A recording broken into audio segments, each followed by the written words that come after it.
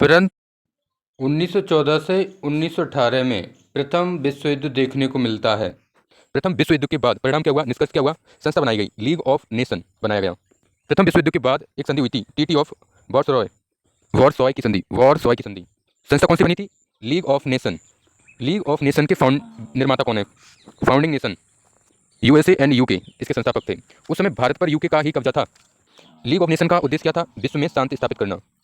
और ब्रिटेन भी भारत के अंदर शांति लाना चाहता था, क्योंकि इसके अंदर ब्रिटेन के अंदर ही शांति नहीं होगी तो बाहर कैसे शांति कर पाएगा।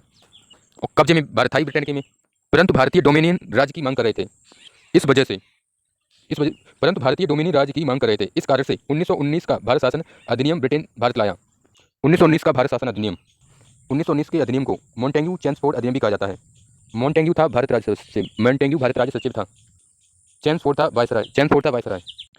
वायसराय। मॉन्टेग्यू भारत राज्य सचिव था और चेम्सफोर्ड था वायसराय। प्रमुख कार्य क्या हुए, भारत में प्रत्यक्ष चुनाव की शुरुआत हुई।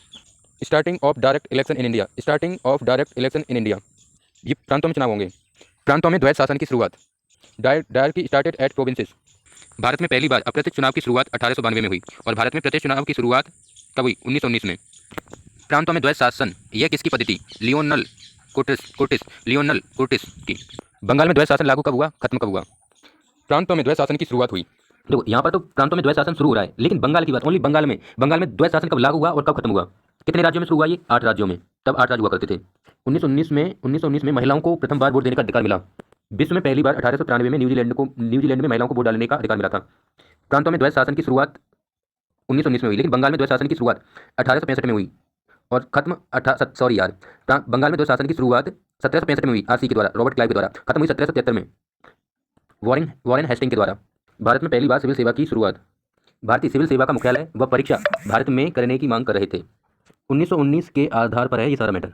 1922 में पहली बार भारत में सिविल सर्विस एग्जाम हुए इलाहाबाद में। 1923 में समिति बनी, ली कमेटी बनी, जिसका नाम था ली कमेटी। 1923 में समिति बनी ली कमेटी और इसने 1924 में अपनी रिपोर्ट दी। इसी आधार पर 1926 में पीएससी की स्थापना हुई इन दिल्ली। पीएससी मतलब पब्लिक सर्विस कमीशन, यह लोक सेवा आयोग है। सत्यनारायण टैगोर ने लंदन में जाकर एग्जाम निकाला था। कब निकाला था, कहते हैं ना हम यूपीएससी का एग्जाम निकालेंगे, ये गलत है। यूपीएससी एक आयोग है जो एग्जाम कराते हैं। एग्जाम होता है सीएसई का। यूपीएससी तो आयोग है, वो सीएसई का एग्जाम कराता है। यूपीएससी एग्जाम कराती है सीएसई का। 1919 के अधिनियम के द्वारा भारत में द्विसदन शासन की शुरुआत हुई। द्विसदना इसका मतलब क्या है, कानून बनाने के लिए 2 सदनों की आवश्यकता हो, तो ये द्विसदनात्मक कहते हैं, द्विसदन शासन मतलब कानून बनाने के लिए 2 सदन की आवश्यकता हो। बाइकैमरल द्विसदन शासन मतलब बाइकैमरल में आएंगी राज्य परिषद स्टेट काउंसिल और विधान परिषद लेजिस्लेटिव काउंसिल। राज्य परिषद को बोलते थे अपर हाउस, विधान परिषद को बोलते थे लोअर हाउस। क्यों अपर हाउस इसलिए बोलते थे, इसका कार्यकाल था 6 साल या 5 साल कार्यकाल था राज्य परिषद का, और इसमें 60 सदस्य थे।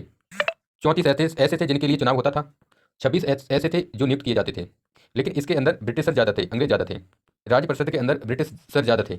विधान परिषद इसे लोअर हाउस कहा जाता था और इसका कार्यकाल था 3 वर्ष, और इसमें इंडियन ज़्यादा थे, भारतीय ज़्यादा थे। इसमें सदस्य थे 145, जिसमें 104 के लिए होता था चुनाव।